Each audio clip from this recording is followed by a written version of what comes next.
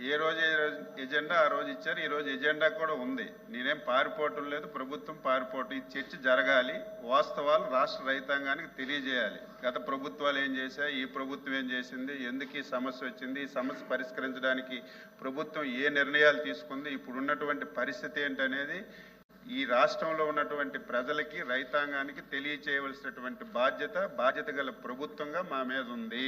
మేము సిద్ధంగా ఉన్నాము. ఇది అయిన తర్వాత బీఏసీ మీటింగ్ పెడతారు.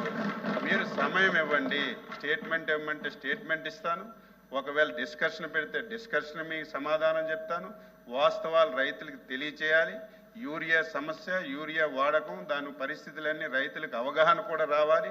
ఈ సభ ద్వారా చెప్తే రైతులకు కనీసం అవగాహన వస్తుందని భావిస్తున్నాను. నేను అన్నింటికీ సిద్ధంగా ఉన్నాను.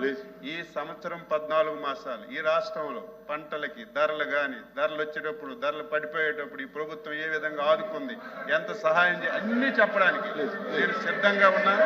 మీరు సమయం కేటాయించమని చెప్తున్నాను.